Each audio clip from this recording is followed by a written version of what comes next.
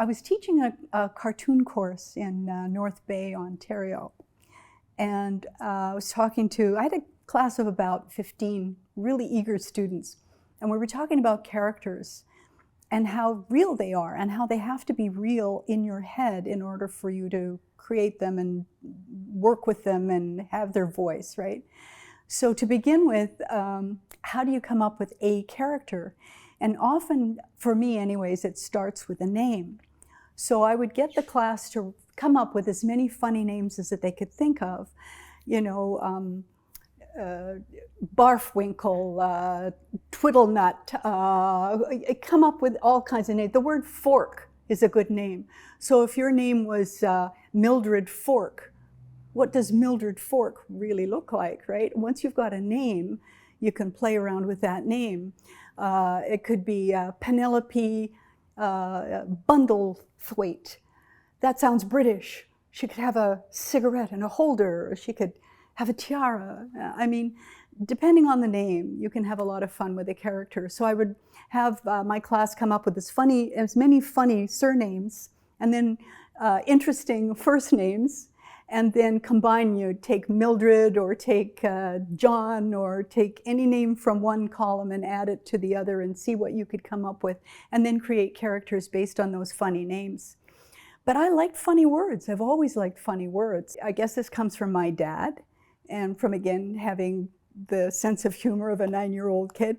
I love funny words, and I love words that are, you know, just a mistake often, especially with little kids. And that's where doing the strip was a lot of fun, because the malaprop of a little kid's vocabulary is so much fun to work with.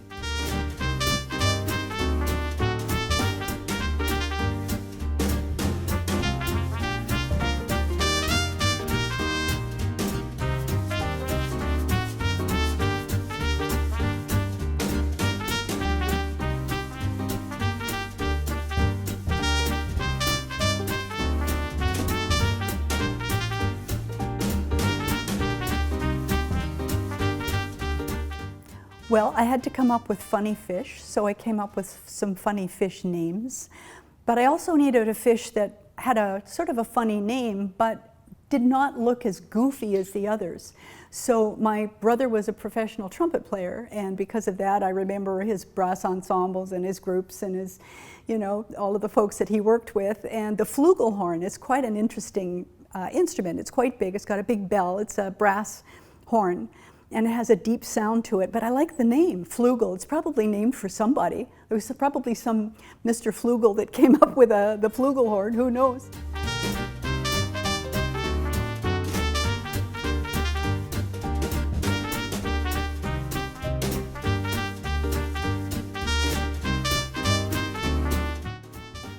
So anyways, I like that word, and I thought if I drew a fish that had that trumpet mouth to it, and I had some lumpy fins at the back that looked like buttons on a horn, and I would call it a flugelblatt, which I did. You know, blatt is the sound of a cartoon sound of a trumpet or a big horn making a noise.